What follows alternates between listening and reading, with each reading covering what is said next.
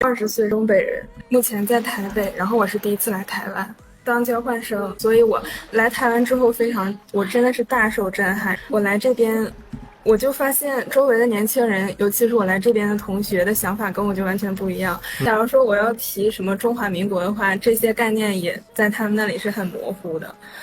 东北女孩初次到台湾旅游的经历，像是一场意外的奇遇，让她的人生增添了一抹温暖而深刻的色彩。作为一个来自中国东北小城的普通年轻人，她的旅行并非豪华，而是带着对未知世界的好奇和探索。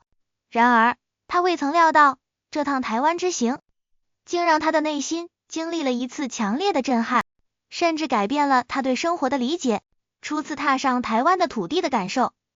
当飞机平稳降落在台北松山机场时，女孩心中有些忐忑，这是她第一次离开大陆，对台湾的印象仅来自课本、新闻以及偶尔的影视剧。她小心翼翼地走出机场，迎面而来的是清新的空气与明亮的灯光。与此同时，一种异样的亲切感悄然升起，仿佛这片土地对她敞开了怀抱。入境检查时，工作人员的微笑与耐心给了她第一份惊喜，他们的语气温柔，不仅检查效率高，还主动与她交流，为她缓解了初来乍到的紧张感。随后，她在地铁站询问路线时，周围的路人不仅耐心解答，甚至有人亲自带她找到站台。这样的友善与热情让她感到陌生却温暖。她心中暗自感慨，为什么大家都这么热情呢？在她的家乡，陌生人之间往往保持距离，冷漠甚至被视为一种保护色。台北的街道令女孩感到惊艳。第一天，她漫步在西门町商圈，发现即使人潮涌动，地面几乎看不到垃圾。她注意到街头的垃圾桶数量并不多，但每个人似乎都有意识地将垃圾带回家处理。这种自律与环境的整洁程度，与她记忆中的家乡形成了鲜明对比。她想起东北的小城，早市结束后，地面上常常散落着纸屑、果皮，甚至需要清洁工花费大半天时间打扫。而台湾街道的前进，像是约定俗成的规矩，让她既惊讶又羡慕。更让她意外的是台湾的交通秩序，过马路时，车辆总会主动停下，为行人让路。她第一次站在斑马线上，感到如此安全和被尊重，内心涌起了一股说不出的感动。在东北的街头，她习惯了车辆飞驰而过，行人需要小跑着穿越马路的情景。女孩逐渐爱上了台湾的人文气息。参观台北故宫博物院时，她被那些珍贵的历史文物深深吸引。导览人员耐心的讲解，让她仿佛穿越了千年的时光。那些温和的语调与对文化的尊重，让她第一次感受到知识与历史的魅力。她还去了郭怡美术店，看到许多人静静地坐在地上阅读，甚至有家长带着孩子一起翻书学习。这种对阅读的热爱让她感到震撼。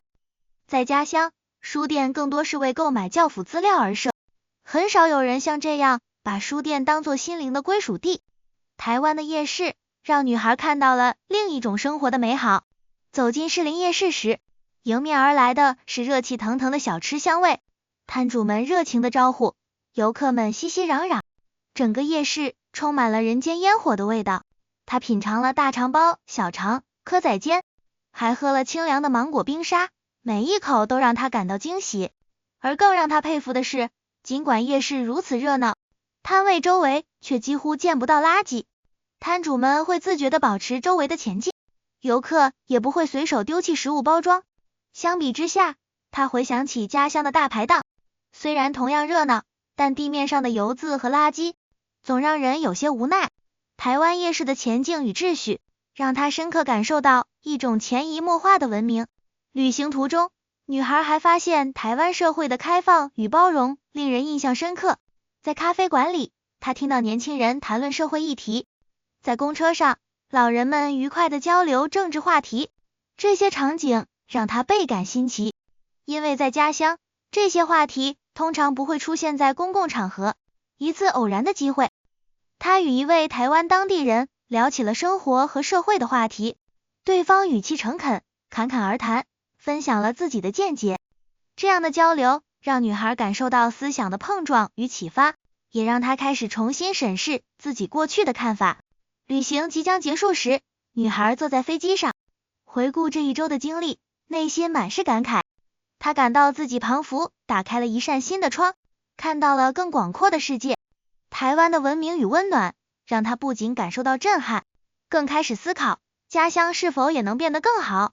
她想起叶氏摊主说的那句话，只要大家都愿意为别人多想一点，生活就会变得更好。这句话深深印刻在她心中，也成为她此行最宝贵的收获之一。东北女孩的台湾之行，不仅是一场异地的旅行，更是一场心灵的旅行。她以一个平凡人的视角，感受到了台湾社会的文明与温暖，经历了震撼与启发。这个故事像一股暖流，唤起了无数普通人对生活品质与社会价值的思考，也让更多人相信，美好的生活并非遥不可及，而是从每个人的善意与努力开始。喜欢这个故事吗？如果你也想看到更多真实而感人的故事，请记得点击订阅并开启小铃铛，这样就不会错过每一份来自世界各地的温暖与感动。我们下期再见。